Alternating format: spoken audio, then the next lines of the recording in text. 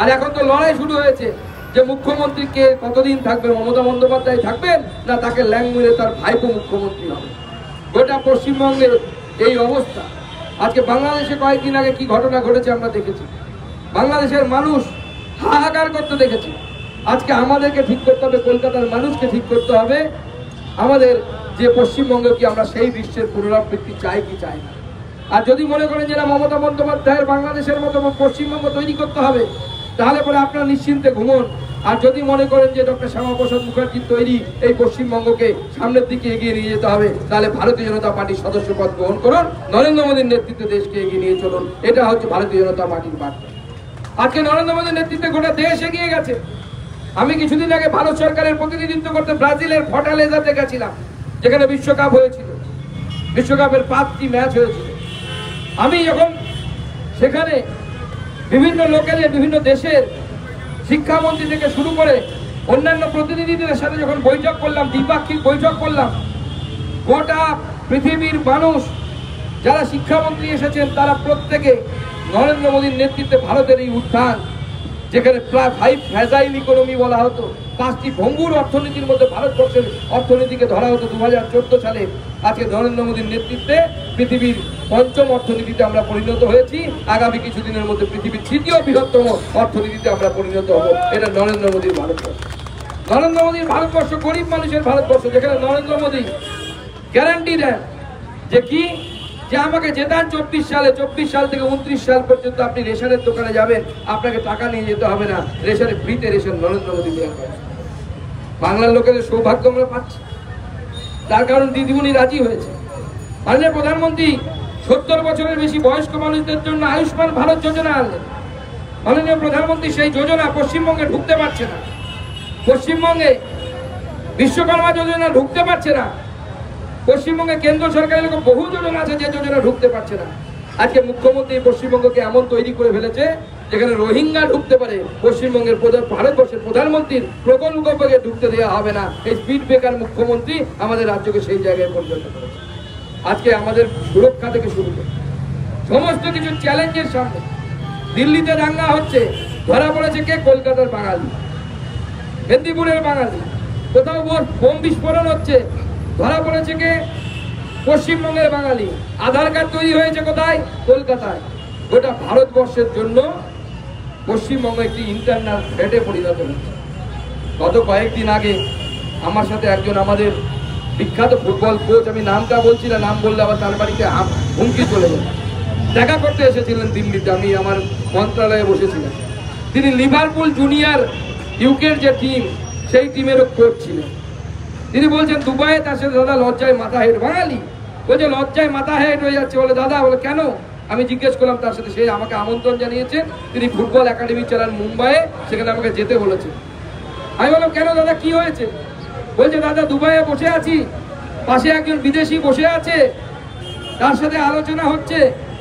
তখন তাকে জিজ্ঞেস করেছে সেই কোচকে, কোথা থেকে আপনি এসেছেন, ফ্রম হোয়ার আর ইউ? সে বলেছে কলকাতা।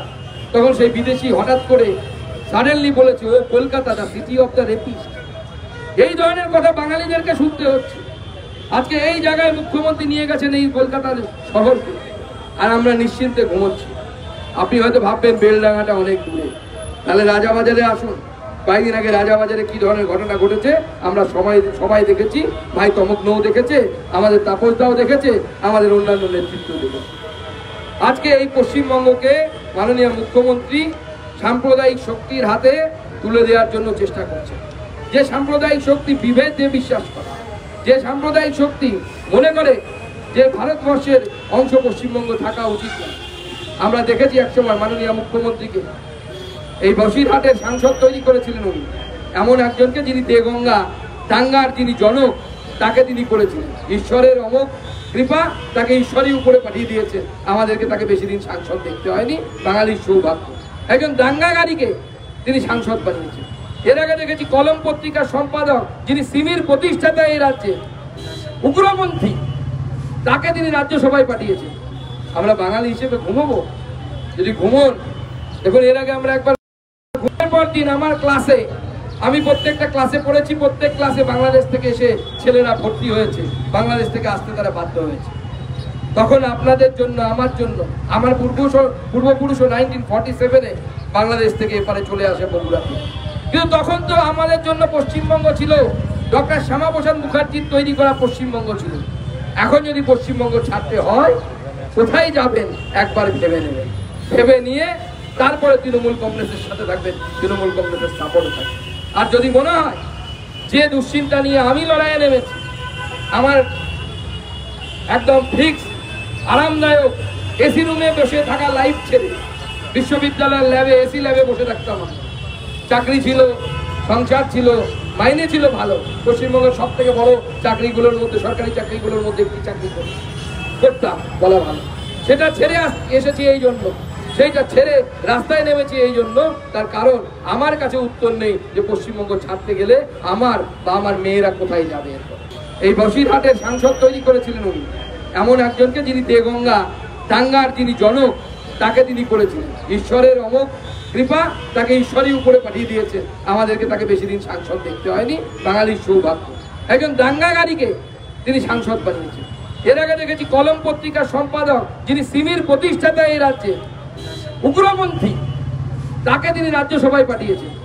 আমরা বাঙালি হিসেবে ঘুমবো?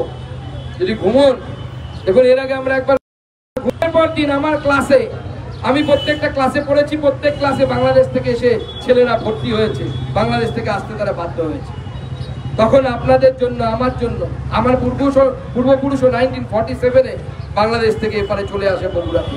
কিন্তু তখন তো আমাদের জন্য পশ্চিমবঙ্গ ছিল, ডক্টর শ্যামাপ্রসাদ মুখার্জির তৈরি করা পশ্চিমবঙ্গ ছিল। এখন যদি পশ্চিমবঙ্গ ছাড়তে হয়, কোথায় যাবেন একবার ভেবে নেবেন। ভেবে নিয়ে তারপরে তৃণমূল কংগ্রেসের সাথে থাকবেন, তৃণমূল কংগ্রেসের সাপোর্টে থাকবেন। আর যদি মনে হয় যে দুশ্চিন্তা নিয়ে আমি লড়াইয়ে নেমেছি, আমার একদম ফিক্স আরামদায়ক এসি রুমে বসে থাকা লাইফ ছেড়ে বিশ্ববিদ্যালয়ের ল্যাবে, এসি ল্যাবে বসে থাকতাম। চাকরি ছিল, সংসার ছিল, মাইনে ছিল ভালো। পশ্চিমবঙ্গের সব থেকে বড় চাকরিগুলোর মধ্যে, সরকারি চাকরিগুলোর মধ্যে একটি চাকরি করতাম বলা ভালো। সেটা ছেড়ে এসেছি এই জন্য, সেইটা ছেড়ে রাস্তায় নেমেছি এই জন্য। তার কারণ আমার কাছে উত্তর নেই যে পশ্চিমবঙ্গ ছাড়তে গেলে আমার বা আমার মেয়েরা কোথায় যাবে। তাই সেই জন্য যদি মনে হয় যে পশ্চিমবঙ্গকে এইভাবে রক্ষা করা প্রয়োজন, তাহলে ডক্টর শ্যামাপ্রসাদ মুখার্জির এই পশ্চিমবঙ্গকে রক্ষার লাইন জন্য সামনে এগিয়ে আসুন। ভারতীয় জনতা পার্টির সাথে যুক্ত হন, ভারতীয় জনতা পার্টির সদস্য পদ নিন, এই আহ্বান জানিয়ে আমার সংক্ষিপ্ত বক্তব্য শেষ করছি। বন্দে মাতরম। ভারত মাতা কি, ভারত মাতা কি, ভারত মাতা কি, ভারত মাতা কি জয় শ্রীরাম।